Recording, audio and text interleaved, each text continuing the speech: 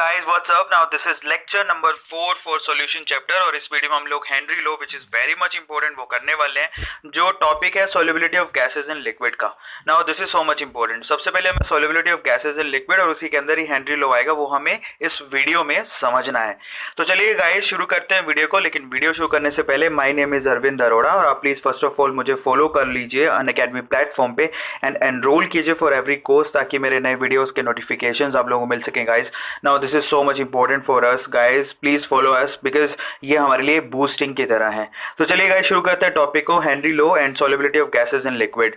तो first of all solubility of gases in liquid कि gases किस तरह से सॉल्युबल होते हैं लिक्विड में, उस पर कौन कौन से फैक्टर उनको अफेक्ट करते हैं, वहीं से हेनरी लॉ निकल के आएगा.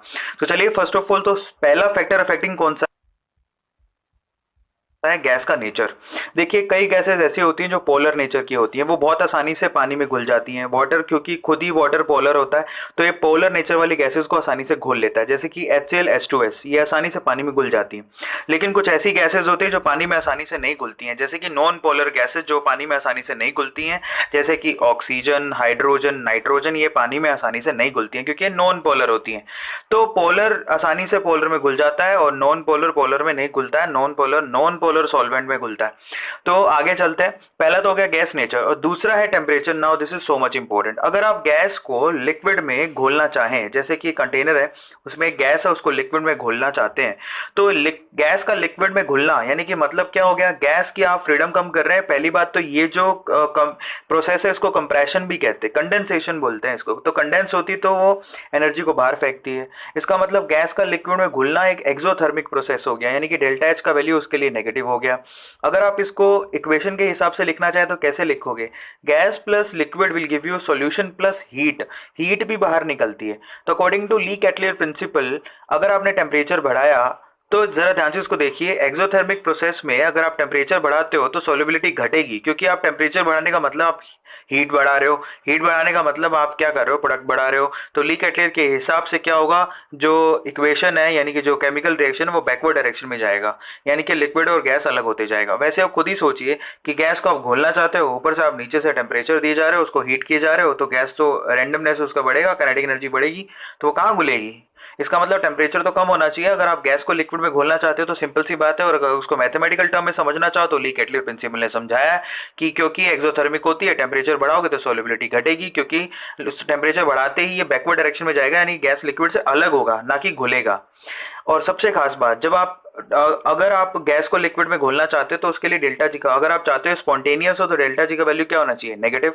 और सबसे खास बात पर आ जाओ, डेल्टा जी और डेल्टा जी जो होती है उसका फॉर्मूला होता है delta H minus T delta S. और ये हम लोग थर्मोडायनेमिक में पढ़ते हैं, काफी बार क्वेश्चन पूछा जाता है. इस प्रोसेस में आप गैस को घोल रहे हैं तो फ्रीडम घट रही है, इसका मतलब डेल्टा एस का वैल्यू नेगेटिव है. लेकिन क्योंकि एक्सोथर्मिक है तो डेल्टा एच का वैल्यू भी नेगेटिव है. तो ये पॉसिबल तो है लेकिन लो टेम्परेचर पे पॉसिबल है. ठीक है, ये सारी चीजें लो टेम्परेचर पर होती हैं तो टेम्परेचर की वैल्यू कम होनी चाहिए. तो ये दूसरा फैक्टर अफेक्टिंग हो गया. अब तीसरे फैक्टर अफेक्टिंग पे चलते हैं, दैट इज प्रेशर. अब खुद ही सोचिए, मैं यहाँ से नॉर्मल टेम्परेचर पे जितना प्रेशर अप्लाई करूंगा उतनी ज़्यादा गैस सोल्यूबल होगी. प्रेशर अप्लाई करने पर गैस घुलने लगती है, बड़ा कॉमन सा फिनोमेना है. तो जैसे ही आप प्रेशर बढ़ाते हो सोल्युबिलिटी ऑफ गैस बढ़ने लगती है और इसी को हेनरी ने अपने लॉ के रिस्पेक्ट में लिखा. Now this is so much important, इसको बड़े ध्यान से समझिएगा. प्रेशर के रिस्पेक्ट में हेनरी लॉ लिखा गया है और वैसे भी हम देख रहे हैं कि प्रेशर बढ़ाते हो सोल्युबिलिटी बढ़ने लगती है. तो pressure is directly proportional to solubility according to Henry law. तो सोल्युबिलिटी बढ़ेगा अगर प्रेशर बढ़ाओगे. तो सोल्युबिलिटी का मतलब हो गया कॉन्सेंट्रेशन टर्म लेनी है. यहाँ पर कॉन्सेंट्रेशन टर्म आप कौन सी यूज करोगे, मोल फ्रैक्शन. इसका मतलब क्या है, देखिए pressure is directly proportional to mole fraction of gas. Now this is so much important और ये हेनरी का लॉ भी है. सो यहाँ से इसको अगर प्रोपोर्शनलिटी साइन हटाओगे तो इक्वल का साइन लगाओगे, इक्वल का साइन लगाओगे तो आपको एक कॉन्स्टेंट लगाना पड़ेगा. सो P is equal to K H into x. ये आपका हेनरी लॉ है. Now this is so much important. आपसे क्या कहता है which is very much important. लेकिन पी क्या है, पार्शियल प्रेशर ऑफ गैस, के एच क्या है, हेनरी कांस्टेंट, और एक्स क्या है, मोल fraction of gas in liquid. Now this is so much important but इसको लैंग्वेज के हिसाब से समझेंगे हम लोग. और ये कहाँ से आया, ये देखो प्रेशर वाले लॉ से ही आया, हेनरी लॉ डराइव हो गया. यहाँ पर जो के एच का यूनिट है, देखिए एक्स का तो कोई यूनिट नहीं होता, तो के एच का जो भी यूनिट होता है वो प्रेशर का यूनिट होता है. तो के एच का यूनिट होगा प्रेशर का यूनिट. वो किस में लिखा जाएगा, या तो एटीएम में, या पास्कल में, टोर में, बार में, ज्यादातर एटीएम में लिखा जाता है. तो चलिए सबसे पहले इसके हिसाब से हेनरी को डिफाइन कर लेते हैं, फिर इस पे एक प्रॉब्लम करेंगे. हेनरी क्या कहता है आपसे, हेनरी ये कहता है the partial pressure applied by any gas is directly proportional to its mole fraction present liquid solvent और सॉल्यूशन। ये बहुत इंटरेस्टिंग बात कहता है कि जो गैस पार्शियल प्रेशर बना रही है किसी लिक्विड के ऊपर, वो सीधे सीधे मोल फ्रैक्शन जितने प्रेजेंट है गैस में उसके डायरेक्टली प्रोपोर्शनल होगा। यही आपने किया। उसको बोलने का तरीका ये है, ये बहुत इंपॉर्टेंट है और इसी को हेनरी लॉ भी कहते हैं। इस चीज को समझिए क्योंकि ये टेक्निकल डेफिनेशन है हेनरी लॉ की। अब बड़े ध्यान से समझिए। पी इक्वल्स टू आपने एक इक्वेशन बनाया, P equals to K H into X. अब इसका कंपैरिजन किससे कर सकते हो? Y equals to M X से। तो अगर आप P और X के बीच में ग्राफ बनाओ तो हमें पता है कि जैसे जैसे प्रेशर बढ़ाओगे मोल फ्रैक्शन गैस का बढ़ने लगेगा लिक्विड के अंदर, तो एक स्ट्रेट लाइन आएगा। और ये सिंपल जो स्ट्रेट लाइन आपको दिखाई दे रहा है ये हमारे पास हेनरी लॉ के रिस्पेक्ट में ग्राफ है ना। This is graphical representation.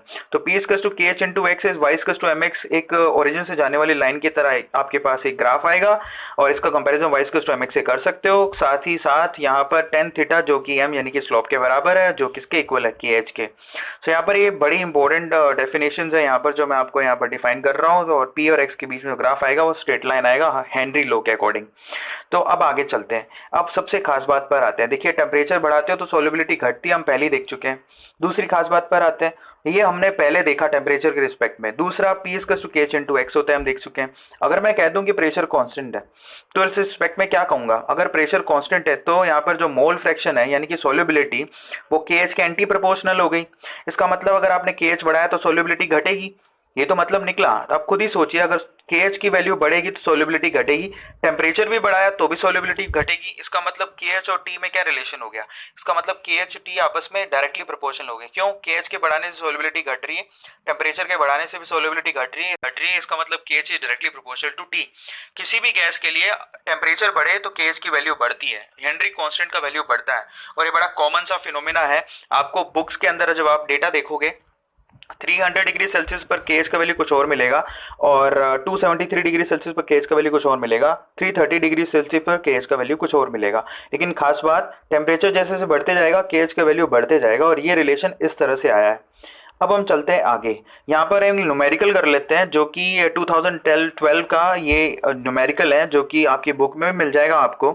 जरा इसको समझे और इसको सोल्व करते हैं। ये कहता है if nitrogen gas is bubbled through water at 293 Kelvin, how many millimoles of N2 gas would dissolve in 1 liter water? Assume that nitrogen exerts a partial pressure of 0.897 bar given that Henry's law constant for nitrogen के लिए Henry का लो constant दिया है, ठीक है, वो 293 kelvin पर ही दिया है और the value of that particular constant is 76.48 kilo bar. Now this is so much important. तो चलो यहाँ पर हेनरी कांस्टेंट की वैल्यू भी दे दी, आपको पार्शियल प्रेशर भी दिया है। तो चलो जब आपको पार्शियल प्रेशर दिया है तो चलो शुरू करते हैं, यहाँ से हेनरी लॉ लगाते हैं। हेनरी लॉ ये कहता है कि किसी भी गैस की सोल्युबिलिटी में जो पार्शियल प्रेशर होता है वो किसके इक्वल होता है? KH इंटू एक्स के।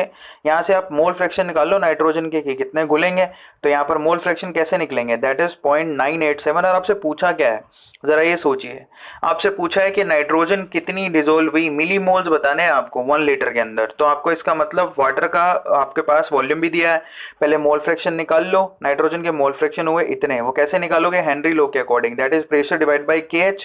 प्रेशर आपको नाइट्रोजन का गिवन है 0.987 बार और आपको KH की वैल्यू भी गिवन है, यहाँ से मोल फ्रैक्शन मिल गया।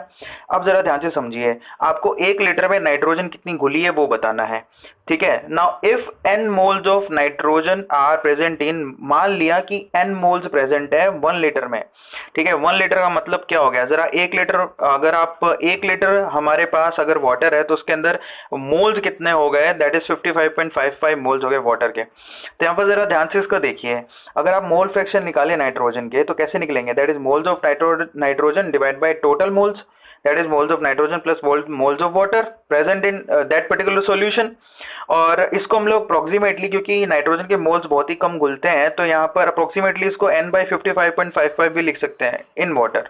तो मोल फ्रैक्शन ऑफ नाइट्रोजन को हम लोग इस तरह से लिख सकते हैं। तो हमें यहाँ पर चाहिए था मोल्स ऑफ नाइट्रोजन, जो किसके बराबर होगा? जरा सोचिए, that is mole of nitrogen is equals to mole fraction of nitrogen into 55.55, जो कि वाटर के मोल्स हैं। तो यहाँ से n/55.55 mole fraction of nitrogen जो हमने पहले निकाला था उसके इक्वल है, यहाँ से मोल्स ऑफ नाइट्रोजन आप निकाल लो, that is equals to 1.29 into 10⁻⁻5 into 55.55 moles. यहाँ से मोल्स आ गए हमारे पास, मिली मोल्स पूछे हैं, मिली मोल्स में 10⁻³ से आप डिवाइड कर दो, आपके पास टोटली आंसर आ जाएगा 0.716। और ये क्वेश्चन इस तरह से आपको बोर्ड एग्जाम में परफॉर्म करना था। ठीक है, चलिए मैं आपको फिर से एक बार रिवाइज करा देता हूँ। इनमें हमने क्या पढ़ा। हेनरी लो हमारे लिए इंपॉर्टेंट है। वो कहाँ से डराइव हुआ, जब हम फैक्टर इफेक्टिव पढ़ रहे थे गैस के लिक्विड के अंदर, गैस किस तरह से लिक्विड में घुलता है। सबसे पहले गैस का नेचर, गैस का नेचर अगर पोलर है तो घुल जाएगा पानी में, नहीं है पोलर नहीं है तो नहीं घुलेगा, क्योंकि पानी खुद पोलर होता है।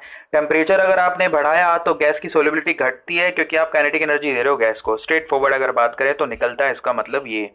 और जब आप टेम्परेचर बढ़ाते हैं यानी गैस की सोलिबिलिटी इन लिक्विड, ये ऐसा प्रोसेस है, अगर आप स्पॉन्टेनियस चाहते हो तो डेल्टा जी का वैल्यू नेगेटिव होना चाहिए। लेकिन खास बात, क्योंकि गैस कंडेंस हो रही है तो डेल्टा एस का वैल्यू नेगेटिव है, क्योंकि उसकी फ्रीडम घट रही है गैस की। लेकिन डेल्टा एच का वैल्यू नेगेटिव है क्योंकि ये रिएक्शन जो होती है वो एक्सोथर्मिक होती है, क्योंकि गैस को आप कंडेंस कर रहे हो तो एनर्जी बाहर फेंकेगा। फिर उसके बाद हमने देखा हेनरी लो, वो कहां से डराइव हुआ, प्रेशर से। जितना प्रेशर अप्लाई करोगे सोलिबिलिटी ऑफ गैस बढ़ने लगती है। हेनरी लो ये कहता है कि pressure is directly proportional to solubility. Solubility का मतलब हो गया concentration of gas. Concentration of gas हमको अलग अलग टर्म होती है, हमने मोल फ्रैक्शन में ले ली, क्योंकि सोलिबिलिटी का मतलब कॉन्सेंट्रेशन। कॉन्सेंट्रेशन बहुत सारी टर्म होती है, लेकिन हेनरी ने यूज करी मोल फ्रैक्शन।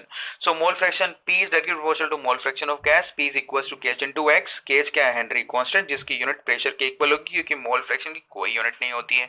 तो एटीएम, पास्कल, टोर, बार आप कुछ भी ले सकते हो। और यहाँ से हमने क्या किया, P equals to Kh into X का हमने क्या किया, ग्राफ बनाया। लेकिन यहाँ पर सबसे इंपॉर्टेंट है कि हम लोग डिफाइन करें हेनरी लो होता क्या है।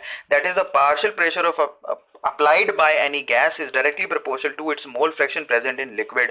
Now this is so much important, ये बहुत ज़्यादा important है। और यहाँ से graphical representation एक straight line आता है guys. Now this is a straight line जो हमें देखना है।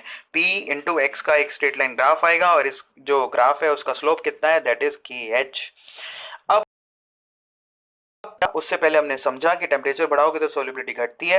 अगर मैं प्रेशर को कांस्टेंट कह दूं तो सोलिबिलिटी घटने लगेगी। अगर KH की वैल्यू बढ़ेगी इसका मतलब KH बढ़ाओगे तो भी सोलिबिलिटी घटती है, टेम्परेचर बढ़ाओगे तो भी सोलिबिलिटी घटती है। इसका मतलब temperature is directly proportional to KH, या KH is directly proportional to temperature. ये हमने सीख लिया।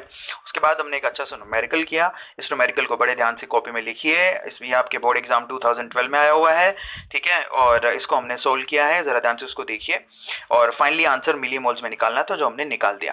Thank you so much guys for supporting me on Unacademy platform. और प्लीज आप इन वीडियोस को शेयर कीजिए, और आप मुझे यूट्यूब पे भी फॉलो कर सकते हैं, सब्सक्राइब कर सकते हैं। अभी 10,000 सब्सक्राइबर से ऊपर चला गया है, just because of you guys. Thank you so much for that, and stay tuned with Arvind Arora. Thank you so much, thanks a lot.